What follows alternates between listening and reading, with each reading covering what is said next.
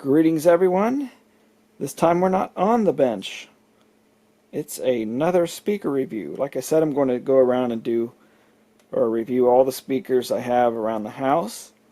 I did the first set a couple weeks ago, and in that video people saw these in the background and was wondering about them, so I figured I'd go ahead and do a video on these.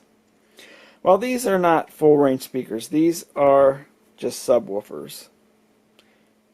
While not huge, they are pretty darn big. They have 6 cubic feet of internal volume, which is, I guess it's around 170 liters. They have this interesting brick red color. I tried staining them, well, one of them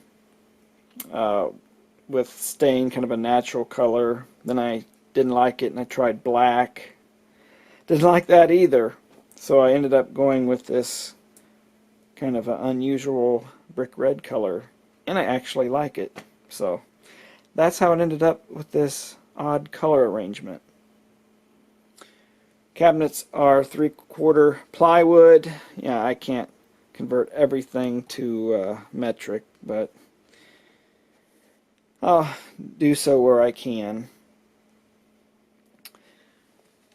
Glued and screwed, internally braced on all sides, as a 15-inch driver, which would be, what would that be, around 40 centimeters or so, 40 something.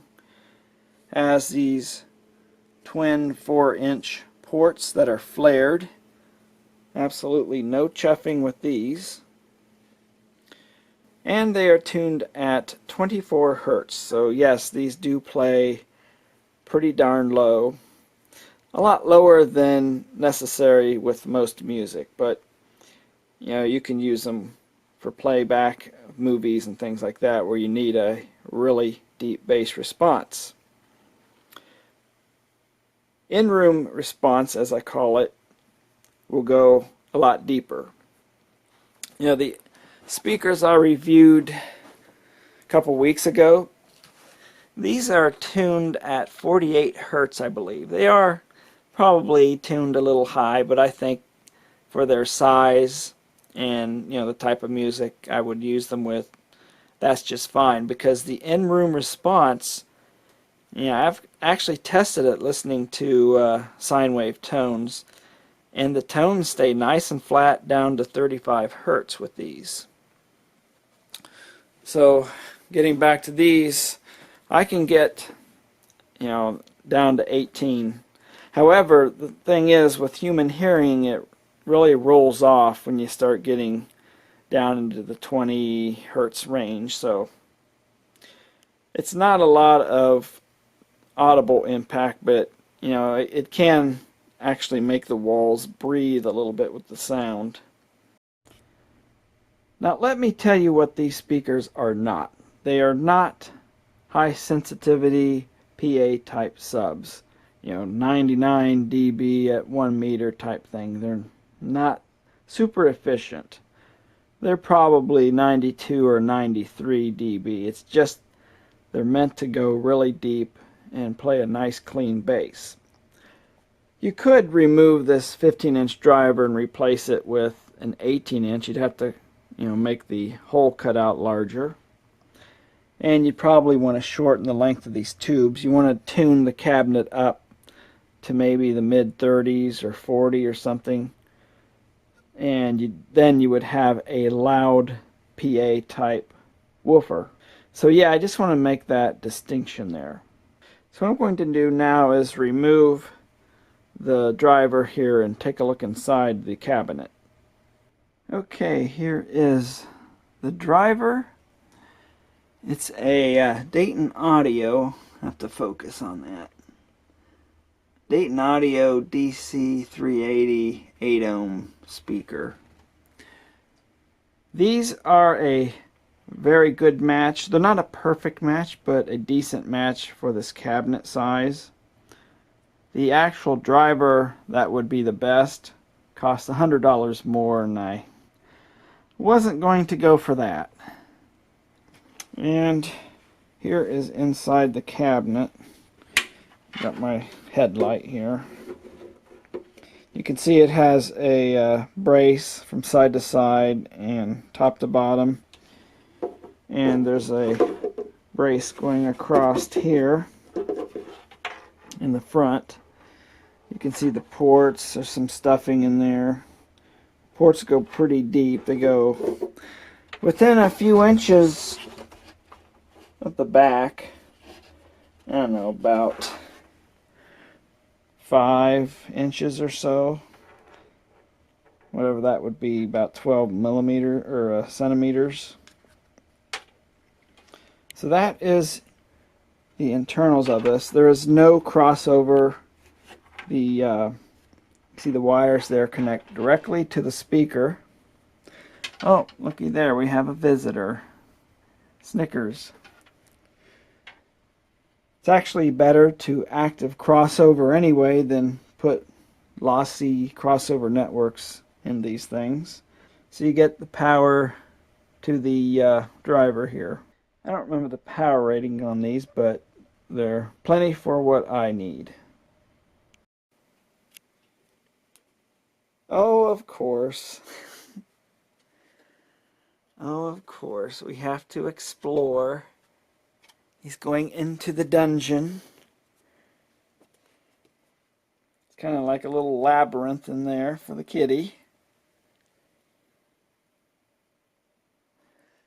Is he going to stay in there? I want to put this back together. I got a video to produce here. There we go.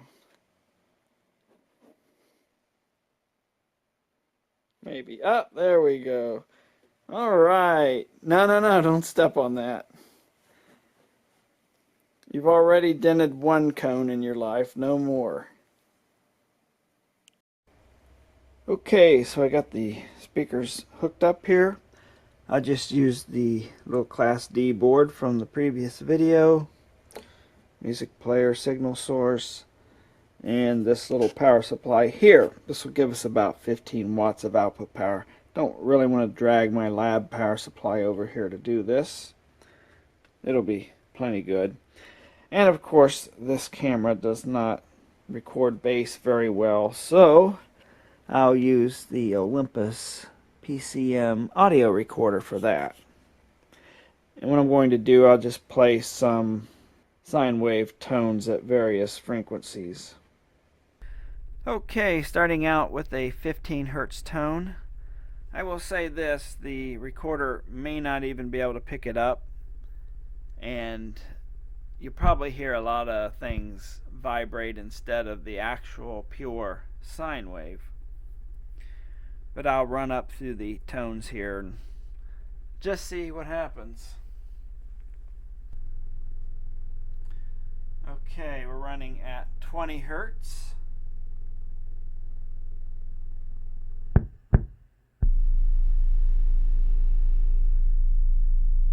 Okay, that's 28, 30,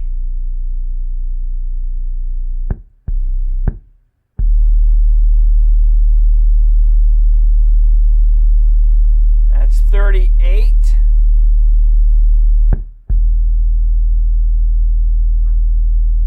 that's 40. Now I'll play the bass wave, which is a kind of a low frequency up and down waveform, increasing and decreasing in frequency.